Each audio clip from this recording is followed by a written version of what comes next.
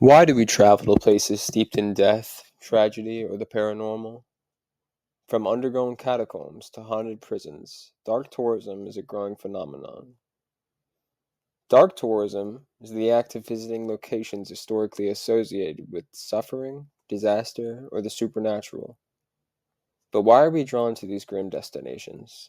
Is it just morbid curiosity, a desire to understand death, or something deeper buried in all of us? In this video, we'll explore the haunting world of dark tourism, from eerie catacombs and cursed hotels to the ethical questions these sites raise, and what they say about us. Dark tourism isn't new, it's actually been around way longer than you'd think. People used to travel to the sites where saints were martyred, or visit battlefields right after wars ended.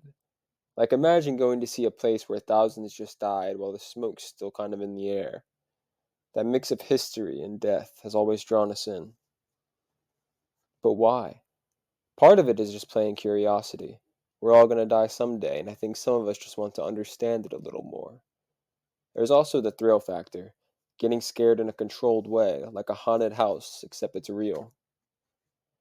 And for some, it's about empathy, about witnessing what happened, like trying to connect with something bigger than yourself, or trying to make sense of tragedies you weren't a part of.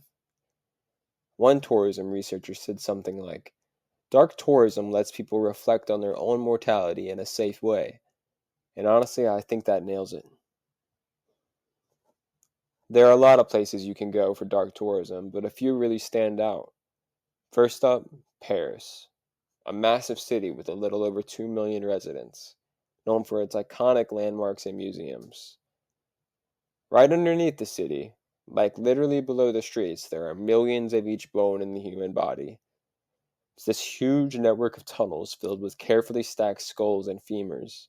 It feels surreal, like you're walking through a giant underground graveyard. Some people even sneak into the closed off parts. They call themselves cataphiles and say they know the tunnels like the back of their hand. It's most definitely illegal, but it shows how strong the pool is. These cataphiles even have rivalries with each other over business, and they get pretty serious.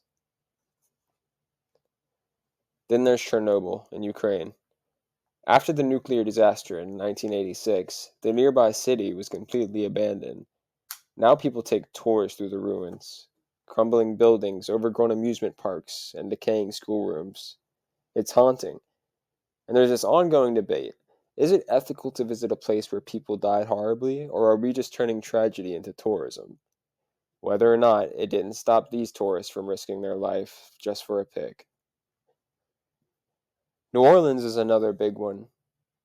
Ghost tours, voodoo shops, museums of death, and cemeteries that look like little cities. You hear stories about old court curses, haunted balconies, even voodoo practitioners and vampires. It's this weird blend of real history, culture, and myth, and the whole city leans into that haunted vibe, especially at night. One of the main attractions is Mary Laveau's tomb. She was known as the Voodoo Queen and an amazing spiritual practitioner, so much that to this day people come and leave offerings at her site of rest and hope that they will be blessed by her from the afterlife. Next is Auschwitz in Poland. This one's different. People don't go here for thrills. It's heavy. It's about remembrance. It's one of those places where you feel the weight of what happened. No ghosts, no gimmicks, just the raw reality of genocide. 11 million people lost their lives here due to hatred and racism. It's a very dark place with extremely dark history that most people will never forget. I think it's important to include because it shows the line between respectful remembrance and just chasing a creepy vibe. Also worth mentioning, Pompeii in Italy.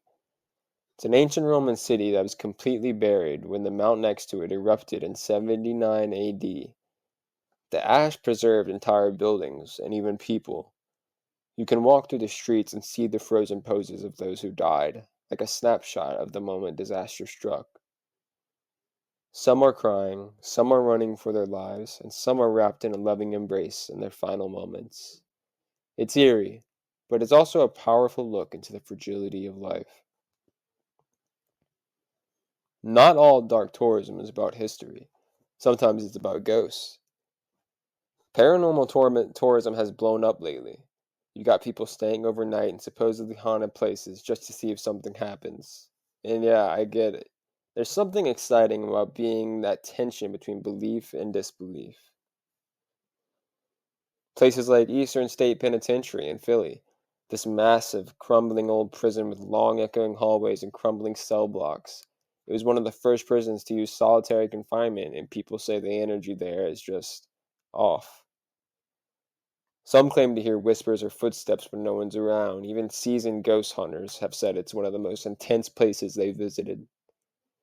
Or the Stanley Hotel in Colorado. Yeah, the one that inspired The Shining.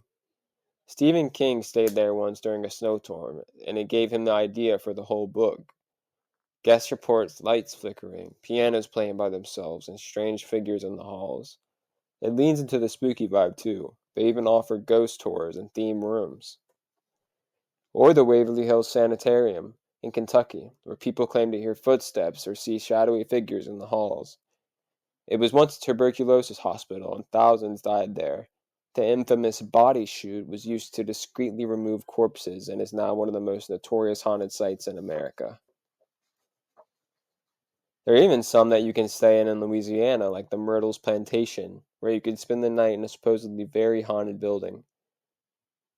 And a lot of stuff is filled by media.